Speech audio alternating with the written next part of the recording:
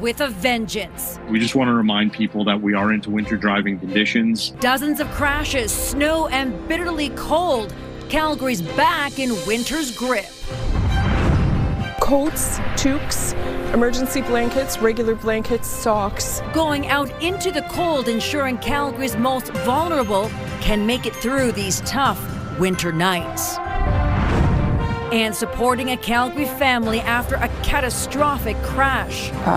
Jeep Grand Cherokee, driven by a 21-year-old, plowed into the back of the Suburban. A father is killed, his daughter gravely injured while trying to change a tire. CTV Calgary, local breaking news with Camilla DiGiuseppe. Good evening. Winter weather is back, and it's a shock to the system for many. Driving conditions across the city and southern Alberta are hazardous in blizzard-like conditions. Police have responded to dozens of collisions, and many passengers hoping to fly are grounded. Tyler Barrow reports. No time for small talk since the sidewalk needs to be cleared after a snowstorm took over the city. These kind of weather conditions, it can happen anytime. As many have been bracing for colder weather after a warm stretch. The weather's been kind of bipolar, so it was really good a couple other days. Now we're starting to see that real winter. Throughout the city, the snowstorm wreaked havoc. Police responded to 143 crashes, resulting in 18 injuries. City crews have been working to clear Priority 1 roads like Crowchild Trail, Glenmore Trail, and Memorial Drive. As soon as that snow stops, that's really where our clock starts to begin working down our priority list. In addition to plowing major routes, it will also work to clear sidewalks and pathways. It wants to remind people to slow down on the road and leave early to arrive at their destination on time. At Windsport, it's celebrating the dump of snow. Mother Nature's own snow, and then gives us the opportunity a couple of nights this week to make our own snow as well. But with the extreme cold, it can't take full advantage. The hill will be closed Wednesday, so visitors will have to wait to get some big air. Others are struggling to get off the ground. These 4 people flew into Calgary from Taiwan after stopping in Vancouver and are heading up to Yellowknife. They're going to see the Aurora lights, yet the storm canceled their flight. We don't know how to get Yellowknife right now. And they're not the only ones stuck. WestJet canceled 27 outbound flights from Calgary's airport. They knew it was going to snow, so why couldn't they let us know earlier? Tyler Barrow, CTV News, Calgary. WestJet issued 100 weather-related flight cancellations in regions affected by the winter storm. The storm is also impacting schools as the CBE canceled all high school athletics events today and is advising parents to be aware of bus delays. Well, as of 9 p.m. tonight, Calgary police say they responded to nearly 200 collisions, including 24 injury crashes. And there was no shortage of transit buses getting stuck, including this one on the ramp leading to 29th Avenue Northwest, which is also the temporary detour route due to the closure at 16th Avenue and Sarcee Trail. Meantime, RCMP is advising motorists to stay off provincial highways. On the QE2 earlier, blowing snow, thanks to those strong wind gusts, made the drive miserable. There have been several crashes and stalled vehicles throughout central and southern Alberta. A tow ban has been issued by RCMP from Edmonton to Red Deer. And to the south, whiteout conditions across Lethbridge today with the return of winter weather. The city is under a winter storm warning, or was earlier today, with heavy snow and strong winds expected throughout the evening.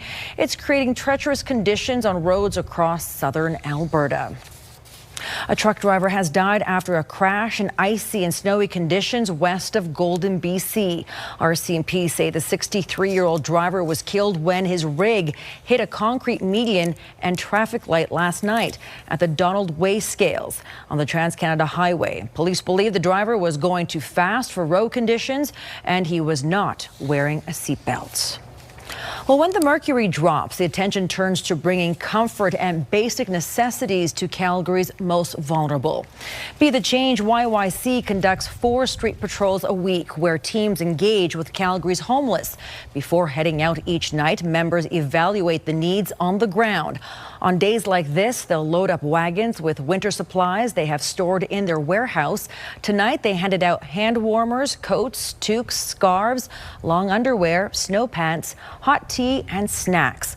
More importantly, Be the Change YYC wants people who call these cold streets home to know they are not forgotten.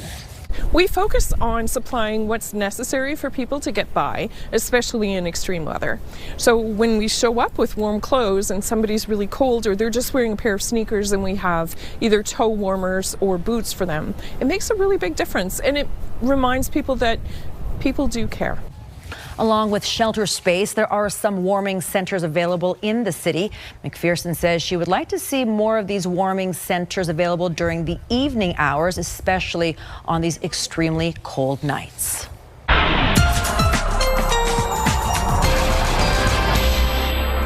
Danielle is in with our first look at the weather. We may not be in that extreme cold threshold territory, but it's still very cold out there. Yeah, not cold enough for Environment Climate Change Canada to issue the warnings, but you can still get frostbite to exposed skin in less than 30 minutes when wind chills are in the -30s.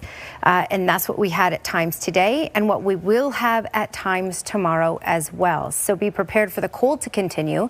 We'll also hold on to the cloud cover, but the snow is done. We're not adding any more totals of snow to the pile that we just received. All right, your full forecast is coming up. Danielle, thank you. A 70-year-old man whose car collided with a school bus last week has died. It happened at McLeod Trail and 99th Avenue Southwest. Police say the car turned left into the path of the oncoming school bus carrying 20 students. It smashed into a traffic signal pole, trapping the bus driver. He was taken to hospital in serious condition but has since stabilized. Speed and impairment are not believed to be factors in the crash. The senior's death marks the 8th traffic collision fatality in Calgary so far in 2026. A Calgary family is devastated after a recent car crash near Sherwood Park. A father and daughter were changing a flat tire when another vehicle hit them. The father was killed. His daughter has catastrophic injuries. Her recovery will be slow, but the family is receiving an outpouring of support as they navigate a new normal. Tyson Fedor with more. Calgarians Paul Fortuna and his daughter Victoria had a close relationship. They shared their love of the Edmonton Oilers and their affection for their dog Monty. Paul welcomed Victoria to the world 21 years ago. The first person to hold her was Paul. So the first face that Victoria saw was her dad's. And they had a special bond. One that was tragically cut short on February 8th outside Sherwood Park on Anthony Henday Drive. Victoria called her dad, who was in Edmonton for business, to help fix a flat tire on the side of the road. As both stood roadside working on the tire, an SUV driven by a 21-year-old smashed into their vehicles, pushing them into the pair, killing Paul.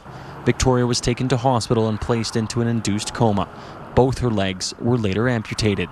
It's going to be a journey, and it's going to be a long-term journey for her. She's going to experience many milestones in her life where she's going to have wanted her dad to be there. And tragically, someone's taken that from them. Victoria is a fine arts student at MacEwan University. She's had background roles in shows such as The Last of Us and Heartland. She even participated in the Calgary Stampede Parade last year. Family says she will need prosthetics. Her home will need to be modified to make it more accessible. We are going to do everything we can to give her the best life and help support her. The family has received an outpouring of financial donations through a crowdfunding campaign. RCMP have not laid charges but continue their investigation. This is not the time for anger. It's hard to put that aside because it is so unfair and so unnecessary. Tyson Fedor, CTV News, Calgary. The GoFundMe campaign for Victoria has raised nearly $200,000 as she adjusts to life in a wheelchair. Well, more water restrictions are likely returning to Calgary this spring to allow critical work on the Bear Spa feeder main and meet the city's expedited timeline to repair the pipe.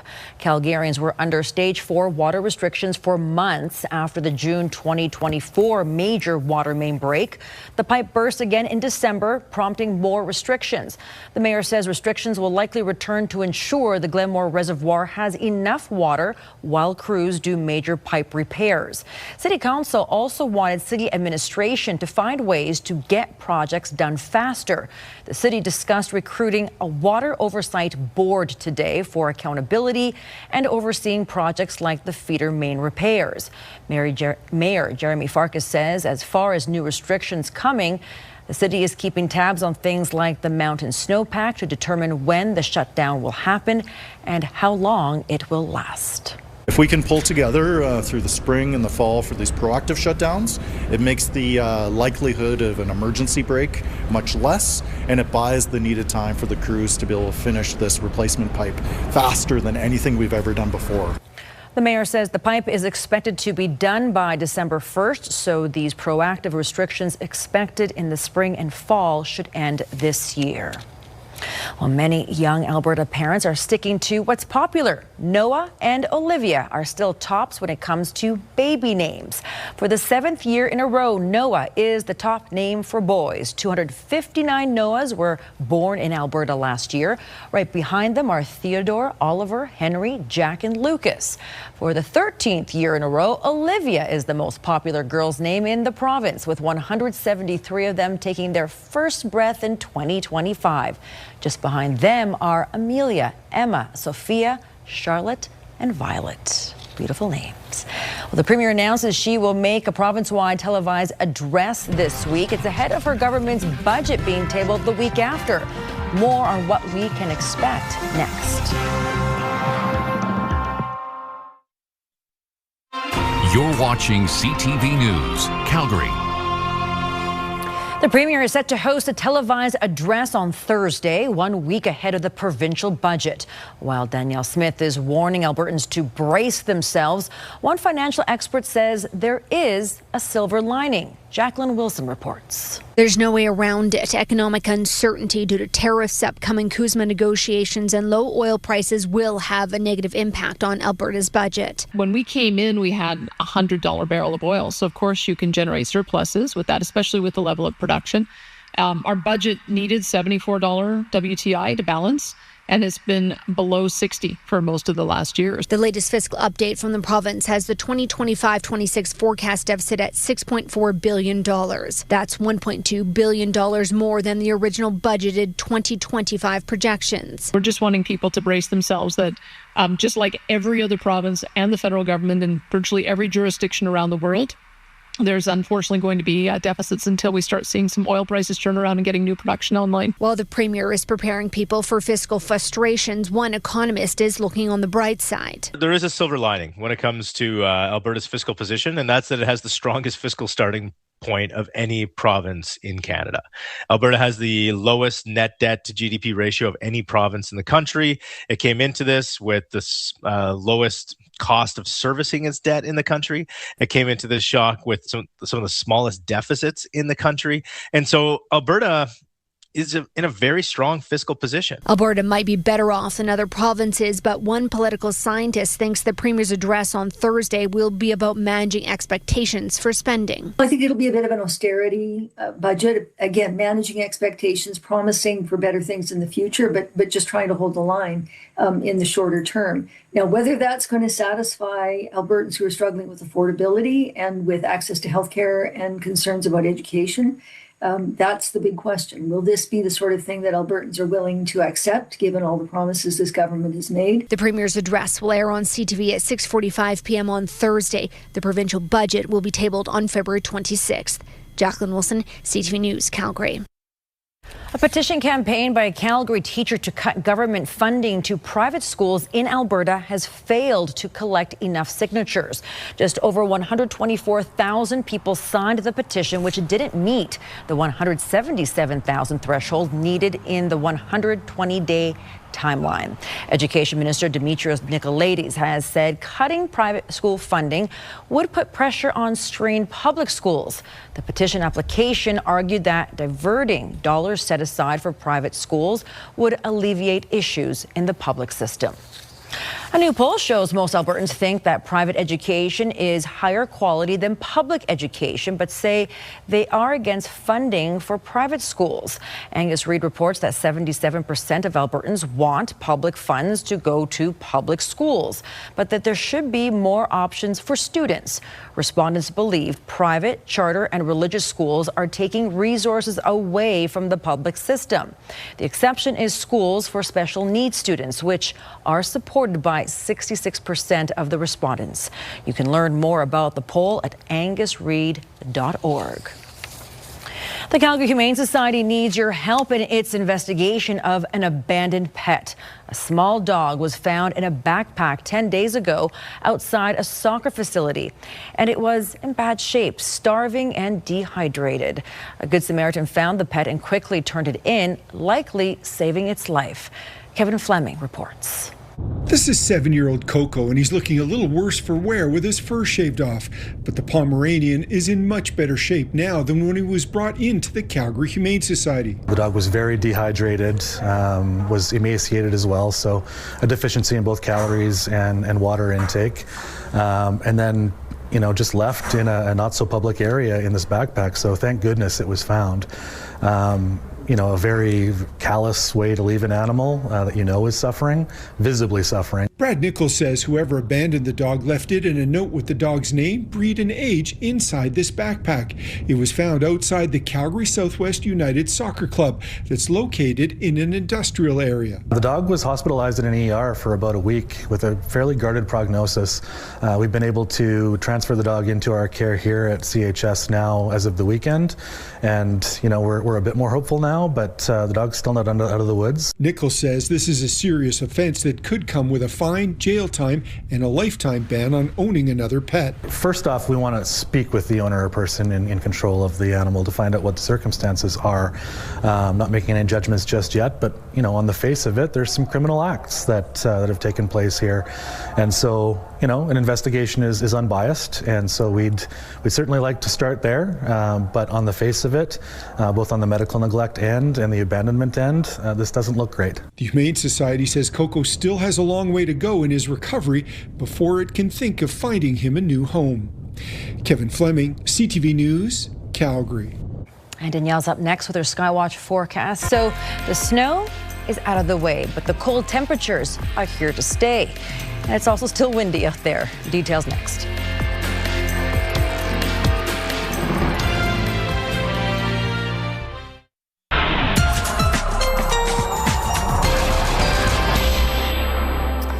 All right, well, that was certainly a treacherous driving day in the city and many other communities in southern Alberta. For Calgary, we got anywhere from 7 to 15 centimeters of snow. Again, hard to measure when there's so much drifting snow and blowing snow. Closer to the Lethbridge area, more like 6 centimeters. So some decent totals, very strong wind gusts. So that was snow, blowing snow, reduced visibility. This is a look at daytime highs, which look reasonable, but this was around that midnight hour. And then temperatures plummeted throughout the day after this. So for parts of the day, our wind chills were in the minus 20s and minus 30s. Calgary, we got into wind chills of minus 30 and minus 33 at times today.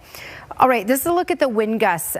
Closer to 70 kilometers per hour is where we maxed out in Calgary, 80 for Lethbridge and Medicine Hat. Again, when you combine that with the heavier snowfall at times, that greatly reduced visibility out there. So in the city, for example, our visibility was reduced to about half a kilometer at times.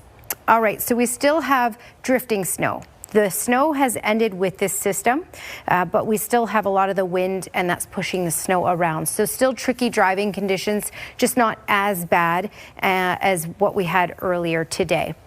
So this system is out of the way now. We're going to hold on to the cloud cover for tomorrow, and there's a small chance of a little push of flurries up Highway 2. Lethbridge, you may see a little bit of this. In Calgary, we have a very small chance of seeing any snowflakes, and this will not add to any snowfall totals. This will just be a little blip of flurries and quickly out of the way. So we won't add any more to the pile with regards to accumulation. But we will hold on to the cold. -20 as our high in the city for tomorrow, with wind chills in those -30s for the day. Mainly cloudy skies, and again, small chance of a couple snowflakes later in the day, but most likely just the cloud cover. We get into very quiet conditions for the rest of this week, mainly sunny for Thursday and Friday. Friday will be the warmest day, you could say, out of the next 5 days, with a high of -9. And then we cool down again into the minus double digits for the weekend. All right, Danielle, thank you. A local company will soon have a key role in fighting wildfires. Just ahead, the airplane manufacturer with a provincial agreement to build water bombers. Windsport says it's also no match for Mother Nature's vengeance due to the bitterly cold conditions expected. The operator says it will close the hill at Canada Olympic Park for the day on Wednesday to ensure the safety and well-being of guests and team members. With the wind chill, it will feel more like the -30s out there tomorrow, increasing the risk of frostbite. But the good news for outdoor enthusiasts, Windsport plans to welcome back guests on Thursday when the wintry conditions improve, with highs in the -teens. Alberta is stepping up its fight against wildfires, spending hundreds of millions of dollars for new water bombers.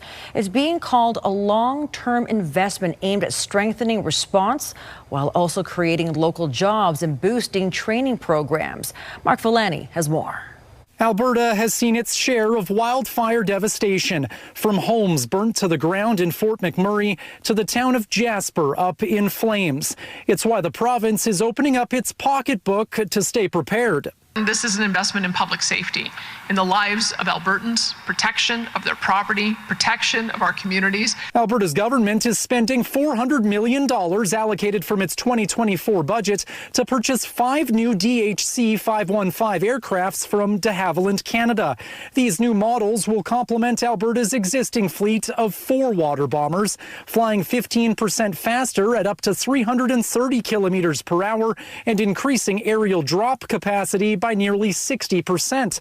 Entirely built in Alberta, the first water bomber is expected to arrive by spring 2031, and the remaining aircraft delivered over the following 2 years. New aircraft are a game changer. They're built for Alberta. They fly faster, carry more water, and reload in seconds, giving our wildland firefighters the power to hit wildfires hard and early. It's all part of a deal that aims to create and sustain at least 1,000 jobs. Welcome news for SAIT's aviation programs, which have doubled training capacity over the last few years just to keep up with demand. And today we have over 80% of our airplanes either made by us or sourced by Canadian companies. Unheard of in this kind of sector in aerospace. All the while, de Havilland soon expects to open its new field manufacturing facility by 2028, just 30 kilometers east of Calgary in Wheatland County. This was a move that shows confidence in Alberta's economy and our government's ability to keep Alberta as the best place to do business. And with a stronger workforce and faster aircraft, Alberta hopes to save more lives. It can be greatly reduced when we're capable of a stronger and more rapid response. Mark Villani, CTV News, Calgary.